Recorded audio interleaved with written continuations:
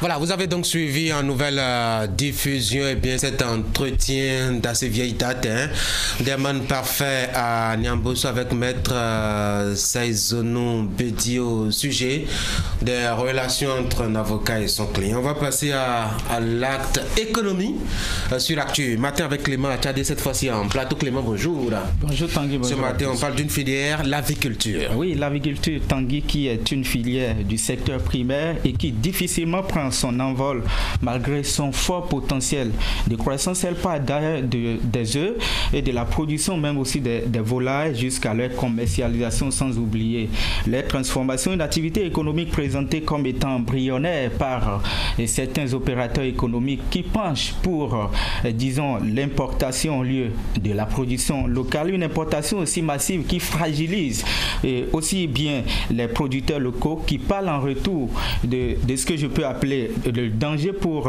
l'emploi. Conséquence, c'est que nous avons des grosses pertes au plan économique, notamment en ce qui concerne déjà l'emploi et la sécurité alimentaire, sans oublier les devises que cela pourrait aussi générer pour le PIB. Pour cerner justement les réalités de ce monde-là, vous êtes descendu parmi les acteurs que vous êtes allé interroger. Vous avez réalisé d'ailleurs une enquête à propos. On va suivre un peu votre investigation si la régie nous permet. Depuis les années 1995, c'est une activité où j'ai commencé à petite échelle. Aujourd'hui, je suis un cheptel de plus de 25 000. Une activité complexe à grande importance sur le plan social et économique. Cet aviculteur a vite compris le fort potentiel de la filière, tant pour accroître son revenu personnel que pour participer au développement de son pays. J'ai commencé d'abord avec la production de caille. Et de la production de caille, à un moment donné, j'ai eu des pénuries, des difficultés. Pour que je ne sois pas trop limité, je suis rentré dans la production des poules pondeuses.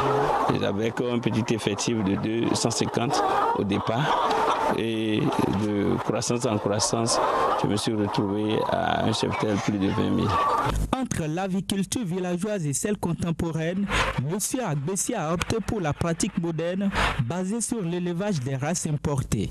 Installé sur ce grand domaine de Weto dans la commune d'Abomey-Calavi, il s'est donné comme objectif de satisfaire la demande du marché. Une filière dont l'état des lieux en termes de production donne espoir. On est sûr qu'en termes d'œufs de consommation, nous sommes globalement à 15 000 tonnes l'an. 15 000 tonnes l'an. En termes de viande de volaille, nous sommes à environ 18 000 tonnes l'an. Ce qui fait pratiquement la moitié de la demande. Tout ce que les Béninois vont manger, ce n'est pas ça qui manque. C'est justement parce que les gens sont un peu réticents à mettre de l'investissement en place du fait de l'importation incontrôlée des produits avicoles réfrigérés et congelés surtout. Une importation incontrôlée dont l'une des conséquences économiques est la concurrence entre les œufs et viandes importés au Bénin et ceux produits au plan local. La manifestation palpable de cette situation, c'est bien la mévente qui frappe les producteurs locaux, comme c'est le cas chez Agbessi. Avant, on était à un chiffre d'affaires qui tournait autour de 30 millions, 35 millions le mois. Pas le mois, mais aujourd'hui, nous ne sommes pas à un chiffre d'affaires de 5 millions. Voilà, parce qu'aujourd'hui, il y a une mévente chronique et vous allez constater qu'il y a même des bâtiments qui sont vides là-bas. Et c'est à cause de cette mévente que tous nous avons baissé un peu les bras dans la production. Jusqu'en 2016, il a importé au Bénin en moyenne 155 000 tonnes de viande de volaille congelée par an. Faites le calcul pour voir ce que nous perdons en dehors des devises. Ça ne peut pas continuer comme ça. Donc nous avons rencontré le chef de l'État le 13 avril 2017.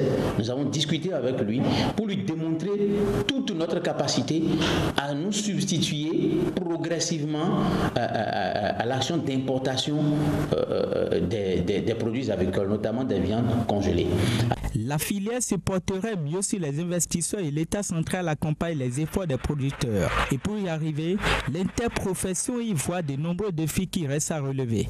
Alors si cela n'est pas fait, si des mesures ne sont pas mises en place pour que les investisseurs locaux sentent que oui, maintenant quelque chose se fait et qu'ils peuvent injecter de l'argent dans ce secteur d'activité, on n'ira pas. Et les gens vont se dire, ils ne sont pas capables de produire la quantité suffisante à notre population. C'est faux. En matière de qualité d'œufs produits, là, dans la sous-région, nous sommes parmi les meilleurs. Ça, ce n'est pas prétentieux, mais c'est de la réalité. Nous avons rabaissé les prix pour qu'en réalité, nous existons. Avant, c'est ça fait.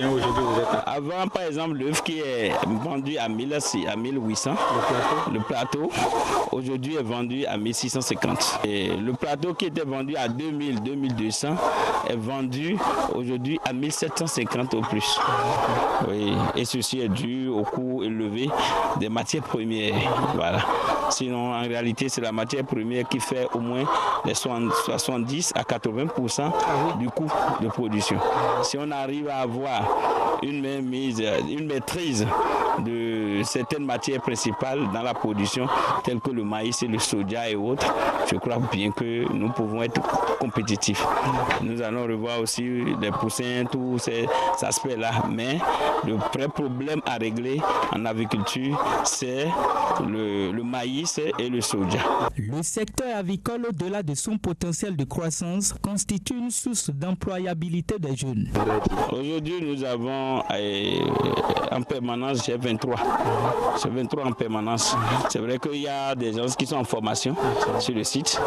Il y a des gens qui sont en formation. Nous faisons la formation à plein temps aux gens. Il y a aussi des stagiaires qui viennent des universités d'à côté. C'est-à-dire, pour changer la tendance, on dit qu'on ne peut pas nourrir, mais pour moi, c'est-à-dire, nous sommes des acteurs engagés, nous avons investi et nous pouvons renverser la tendance. La politique gouvernementale actuelle a retenu l'agriculture parmi les filières prioritaires du secteur primaire. Cependant, les producteurs espèrent mieux attendre voir les mesures pouvant réduire l'importation qu'ils considèrent comme une menace pour la consommation locale et donc des pertes au niveau micro et macroéconomique. Voilà, de jolis poulets, une bonne production, une filière porteuse carrément, Clément Tchadé, mais qui a de véritables soucis. Oui, Tanguy, vous savez, la filière, elle est bien porteuse parce que tout simplement, la demande est là et lorsqu'on met, disons, la production et la demande, la consommation, c'est que aujourd'hui, on est en mesure de dire que la demande est toujours supérieure. Mais malgré ce besoin, malgré cette demande, et tout ce que les gens produisent ici au Bénin, on n'arrive pas à consommer. Et vous avez suivi le reportage. Le producteur a dit tout ce qu'il faisait avant a baissé. Tout son chiffre d'affaires a baissé tout simplement parce que ce qu'il produit comme œuf, ce qu'il produit comme volaille, il n'arrive pas à écouler sur le marché. Parce que le Nigeria, oui, justement, l'importation prospère et lorsque on a dit, avant on était à un chiffre donné, on était à environ, le besoin initial était, disons, à 28 000 tonnes dans les années 2008 et que chaque année on passe à une augmentation, mais lorsque les gens produisent, ils n'arrivent pas à écouler sur le marché. Donc, le problème fondamental, c'est bien l'importation qui, disons, constitue un danger, un véritable danger au plan économique. On va dire que c'est ça qui bloque l'essor, justement, de la filière avicole. Oui, ça fait partie des grands problèmes qui ne permettent pas, justement, à l'évolution de cette filière, la filière avicole. Un mot pour finir, oui. Oui, tandis que lorsque vous regardez par exemple le travail que fait certains producteurs locaux, notamment celui qu'on vient de voir en collaboration avec l'interprofession, on peut déjà conclure aujourd'hui que nous avons une bonne organisation déjà, parce que les gens arrivent à produire et ils l'ont aussi dit, ils ont même rencontré le chef de l'État qui a promis les aider à mieux organiser le secteur et quand ils arriveront à faire tout cela, vous allez voir que le secteur va prospérer. Parce que c'était assez intéressant quand même. En Côte d'Ivoire déjà, ça c'est juste parmi le deuxième élément en tout cas. Très bien, vous avez même bien fait de rappeler. Vous avez la Côte d'Ivoire avait misé sur la consommation locale. Absolument. Et lorsqu'elle l'a fait, vous avez vu en quelques années, ça fait un boom en ce qui concerne l'évolution de son PIB. Et la Côte d'Ivoire l'a fait aujourd'hui, elle est première puissance économique au niveau sous-régional, notamment au niveau de l'UEMOA. Et le Nigeria aussi l'a fait. Et vous avez vu, le Nigeria fait partie des meilleures économies africaines aujourd'hui. Donc, il faut y aller aussi. Lorsqu'on va limiter, disons, l'importation, vous allez voir que le secteur va prospérer. prospérer et nous aurons aussi les atouts qui nous réservent. D'ici à ce rêve, il y a un grand fossé. Clément Tchadé, merci beaucoup. On va espérer que les politiques prennent les bonnes décisions. Mesdames et messieurs,